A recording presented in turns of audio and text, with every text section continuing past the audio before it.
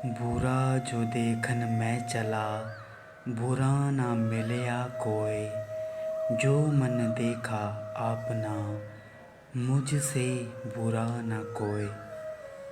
कबीर दास जी के जीवन का एक प्रसंग है। संत कबीर अपनी रोजी रोटी चलाने के लिए कपड़े बुना करते थे।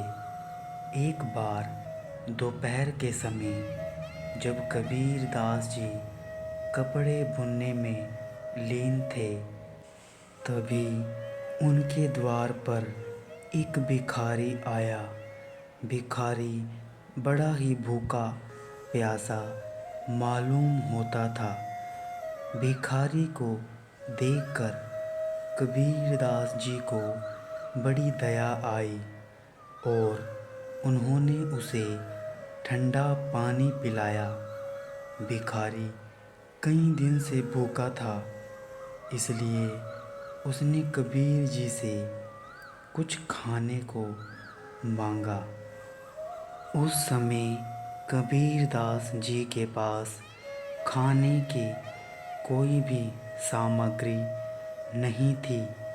कुछ सोचकर कबीर दास जी ने कहा कि मित्र, मेरे पास तुमको खिलाने को भोजन तो नहीं है।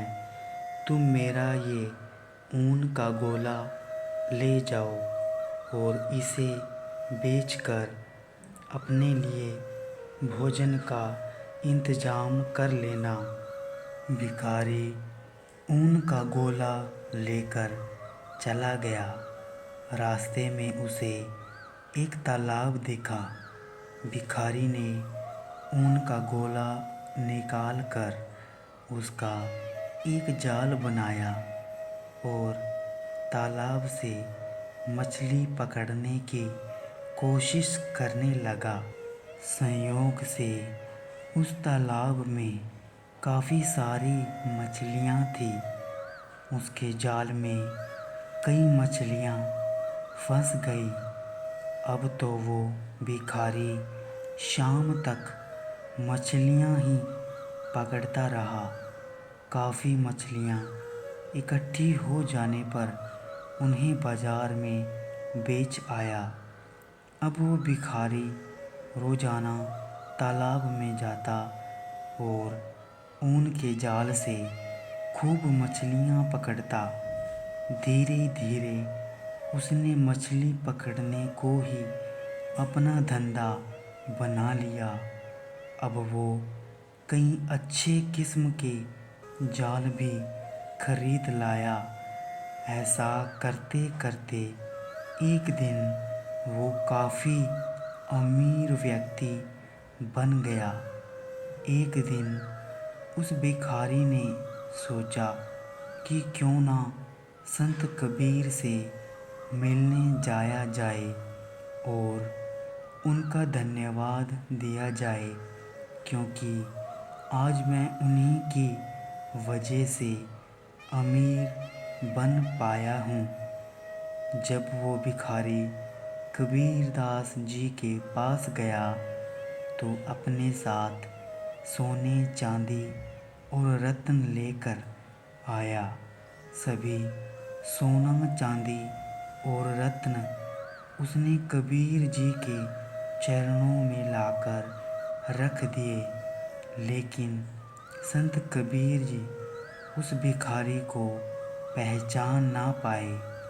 तब उस भिखारी ने सारी पुरानी बात याद दिलाई कि आपके ऊन के गोले की वजह से मैं आज इतना अमीर हो पाया हूँ।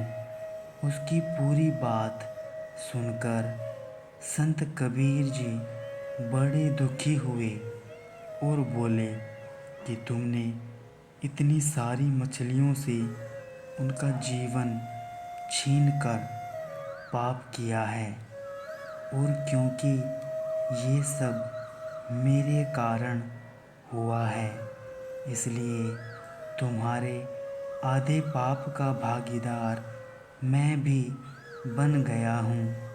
संत कबीर जी से उस भिखारी द्वारा दिया गया सोना, चांदी और रत्न को वापस लौटा दिया और उस भिखारी को भी पुण्य कर्म करके पश्चाताप करने का उपदेश दिया।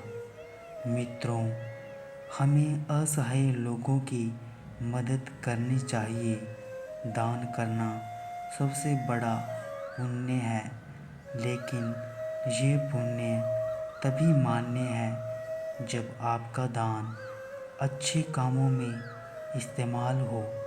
बुरे कामों के लिए दिया गया दान भी पाप के समान होता है और दान देने वाला भी उस पाप का भागीदार बनता है।